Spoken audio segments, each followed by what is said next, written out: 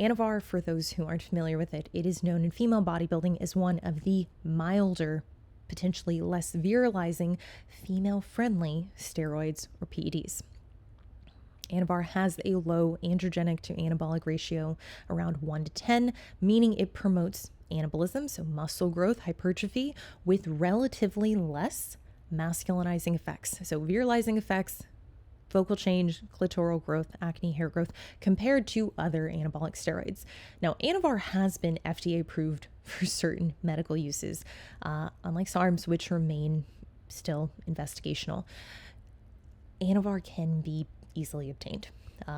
It's something that I think with the prevalence of telehealth and a lot of private wellness clinics, it's often pitched as a safer choice for women.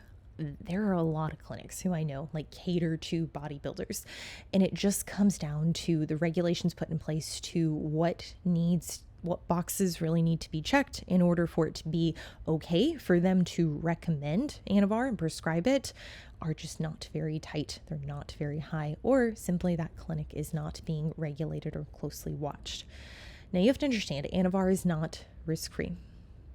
Even though it does potentially pose less of a risk for virilization, the greater the dose and the longer that you use it for, the greater likelihood the user could experience these unwanted effects.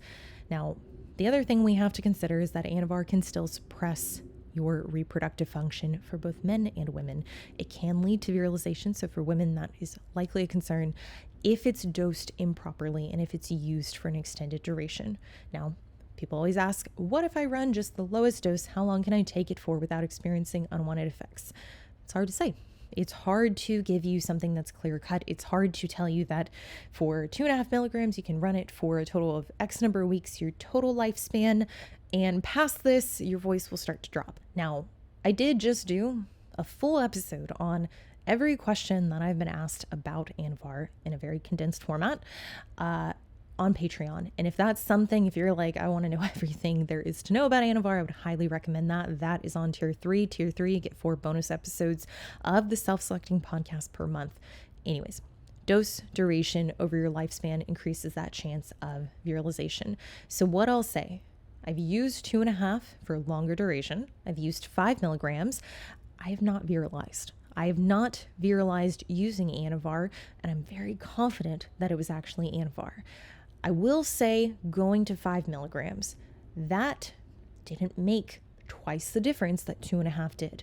And looking back, I'd probably be like, probably could have gotten away with 2.5 given it was used in a contest prep setting. It was used specifically to create a fuller look that was very temporary and fleeting. Now, a lot of people, they will really take to anecdote and referrals, and they'll say like, my girlfriend took 10 milligrams for her entire prep and didn't experience any virilization.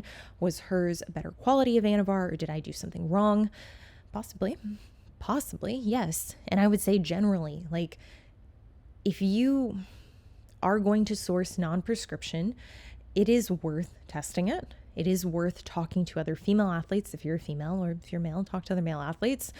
But understand the fact is, like, we can never be 100% sure. So that's where you need to have things in place that ultimately allow you to look and track any potential signs of virilization. Just remember that not every person has the same definition of femininity, and certain changes, they can go unnoticed or even undisclosed. So when we're talking about mild anabolics versus harsh anabolics, Anavar, yes, is on the safer side of the spectrum as opposed to Winstrol. Yes, sure, we can, like, that's an easy reference point to make, which is also one that a lot of people, my girlfriend used it and didn't, yeah, whatever. So what do you need to know? Mild is relative. Any anabolic steroid can cause unwanted effects, and we need to respect that. And we need to also think like full lifetime, what is our goal? What are we willing to sacrifice? And if you're going to use Anavar max 8 weeks, I don't think that there's a strong reason for bikini athletes to take it longer unless indicated. There are instances where I'd say, yeah, you know what? It's longer than what I would normally say, but I would say standardly for most people, if you're not getting the results from it within 8 weeks, the answer isn't to up the dose or continue taking it longer. We need to go back to the drawing board. We need to figure out why you're not getting better progress from it. 10 milligrams, too much. I think it's too much for a bikini competitor, especially if we're talking about an amateur bikini competitor. You should be able to grow. And I'll just say this. I really hope, Emily, you use this. This can just be like a 15-second sizzler reel. If your coach grew you on Anavar, that doesn't nearly impress me the same way as a coach being able to grow you without Anavar. Keep in mind, Anavar has shown to be effective in building muscle in cancer patients, in HIV patients. So someone growing on a high dose of Anavar for a long duration doesn't necessarily mean that the program was good or that the coach has, this magic protocol. It just means that you had an anabolic in place. And I think really when we look at what needs to happen in terms of the standard for PED protocols for the female athlete, we need to assess whether or not someone is getting results without the drug prior to putting the drug in place.